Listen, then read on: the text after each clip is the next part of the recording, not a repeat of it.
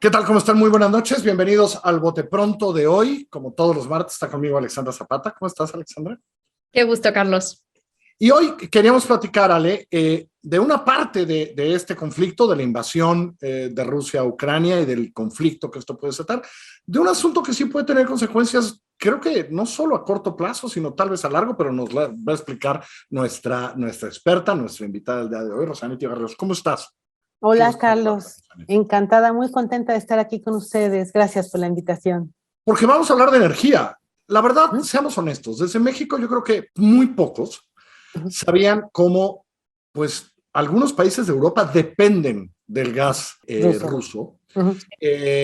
Otros dependen de mucho del petróleo ruso, porque Rusia no es, no es pequeño produciendo eso. Es decir, hay un asunto de gas, hay un asunto de petróleo, entre sanciones y todo este asunto, ¿no, Ale? Queríamos hablar de, pues, ¿qué nos espera a todos, pues? Porque sí son cosas que son globales, ¿no, Ale? De eso se trataba hoy. Sin duda, y bienvenida, Rosanetti, gracias por acompañarnos el día de hoy. Hace unos instantes antes de empezar a grabar este programa nos decías que las reglas del juego ya cambiaron para siempre. Y sí, ahorita vemos sanciones económicas que parecería que son decisiones de corto plazo, pero en muchísimos sentidos las decisiones relacionadas al tema energético no son de corto plazo. Se están cancelando proyectos de inversión de largo plazo, se están saliendo de inversiones. Ahorita nos platicas un poquito por este escándalo en BP que se sale, saca su 20% de las empresas petroleras rusas. Eso no es que vaya a regresar cuando termine esta guerra.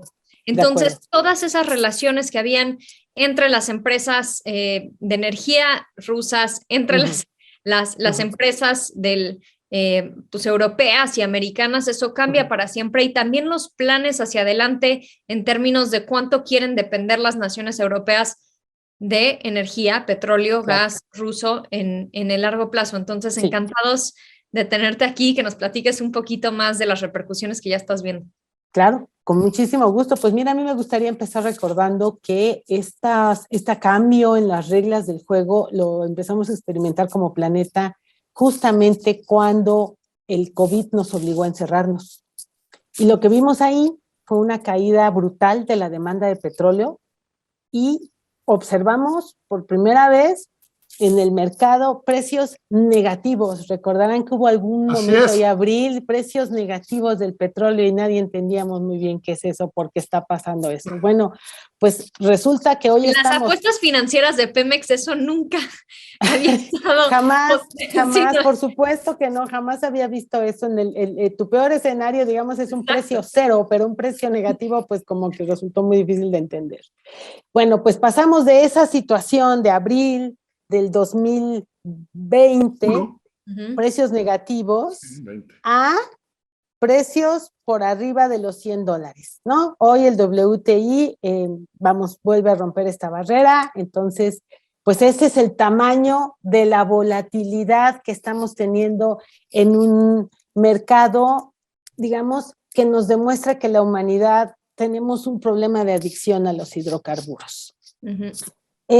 Al mismo tiempo, y justamente con estas circunstancias del COVID, empiezan ya a tomarse decisiones de política energética muy serias para avanzar en la transición, ¿no? La transición energética, que es justo este proceso que nos permitiría sustituir en una gran mayoría del petróleo y gas que utilizamos por electricidad creada con energía renovable. Europa anuncia un plan verde importante, y el presidente Biden también, ¿no? Es un presidente muy comprometido con esta transición. Incluso llega a decir que iba a prohibir los permisos en tierras federales para seguir explotando hidrocarburos. Digamos, este es el contexto en el que se empieza a desarrollar en el virus, y de repente las vacunas empiezan a funcionar muy bien y renace la demanda, fundamentalmente en Asia. China despierta y empieza a consumir todo lo que había dejado de consumir. Y entonces vemos una recuperación muy rápida de la demanda, pero al mismo tiempo estas señales complicadas para efectos de invertir en la exploración y producción de crudo y gas, puesto que ya potencias, insisto, como Europa y el propio Estados Unidos están diciendo, yo voy a poner una regulación mucho más estricta porque necesito dejar de utilizar petróleo y gas. Entonces estamos ya en este delicadísimo, frágil balance donde los precios del petróleo y del gas empiezan a subir por esta situación tan difícil, y en medio de esto ocurre lo que seguramente muchos nunca pensamos, que era finalmente Rusia decide invadir Ucrania. Y efectivamente, y ahora resulta que todos empezamos a aprender, ¿no? De repente, oye, pues resulta que Rusia, para poca gente es conocido, es uno de los 3 productores de gas más importantes del mundo. Uh-huh. Y pues el gas son mercados, digamos, regionales. La gente consumimos el gas y el petróleo, digamos, de donde nos quede más cerca, porque hay que pagar por su entiendo, Rosanetti, que la dependencia alemana, por ejemplo, es enorme, ¿no? Mira, del gas ruso, ¿no? De acuerdo. A nivel, digamos, Europa, Rusia les provee más o menos el 40% de todo el gas que consume Europa. Esto es una dependencia importantísima. Uh-huh. Tan es importante que, pues vamos, es evidente que había que tomar la decisión cuando duele más, y esto es invierno, ¿no? Cuando se consume más gas. Sí. Y tan es importante que en todas las medidas de, digamos, penalizaciones que se están estableciendo en la economía rusa, incluso en términos del sector financiero, los flujos que derivan por la venta de gas y petróleo no están afectados. Es decir, ese ingreso que Rusia está teniendo y la posibilidad de Europa de hacerse del gas no ha sido suspendido, me parece a mí, pues por efectos humanitarios. Si bien, pues también hay un juego por ahí de mercado, ¿verdad? De hablar del sistema. Pero no se pueden quedar sin gas, ¿no? Sí, no se pueden quedar sin gas, evidentemente. También, ahorita que decías de este juego político, uh-huh, pues de alguna manera Rusia sabe, o el presidente Putin por lo menos apuesta, uh-huh, que Europa no se puede dar el lujo de cerrarles la llave de la noche a la mañana, porque también evidentemente escuchamos estas sanciones y los discursos en contra de la invasión rusa, sí, pero empezar a actuar y a cerrar las llaves tiene un costo altísimo para las poblaciones europeas. ¿Cómo ves el escenario ahorita? ¿Se han atrevido a más sanciones de lo que hubieras esperado? ¿Crees que vienen más? Sí. ¿O están todavía siendo conservadores, protegiendo un poco estos gastos para su población?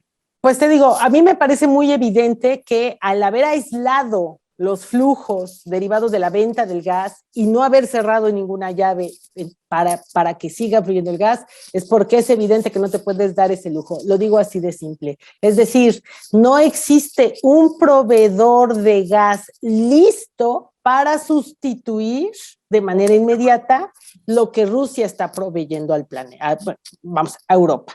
Entonces, sí es cierto que incluso es una señal que podría ser que los Estados Unidos, que todo este orden mundial vuelva a dar vuelta, ¿no? La rueca vuelva a girar, y es posible que más adelante los Estados Unidos pudieran establecer acuerdos, contratos, etcétera, para ir sustituyendo la dependencia de Rusia, porque efectivamente cuando todo esto acabe, y esperemos que sea muy pronto, hay una cosa que se llama reputación, y quiero que la recordemos todos, porque parecería que de repente en nuestro país se nos olvida, ¿no? Que la reputación de un país se puede caer en cualquier momento y recuperarla cuesta décadas. Entonces esto va a pasar también. Cuando esto acabe, la reputación rusa va a quedar muy dañada y habrá oportunidad entonces para un nuevo orden. Sin embargo, fíjense qué curioso y qué difícil es este momento.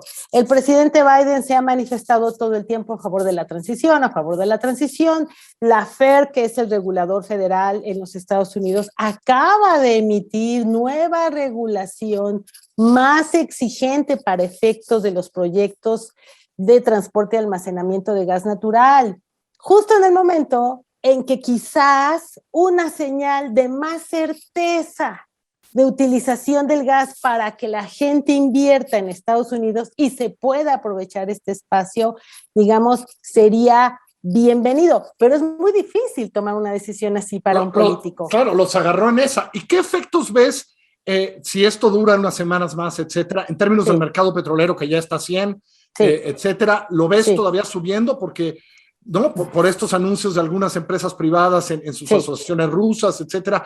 ¿Ves que esto va a mantener el precio del petróleo así de alto? Mira, la volatilidad más o menos los analistas la miden entre $85, es decir, en la baja no creas que están esperando grandes bajas, pero en el alza, digamos, el tope máximo se habla hasta de $150.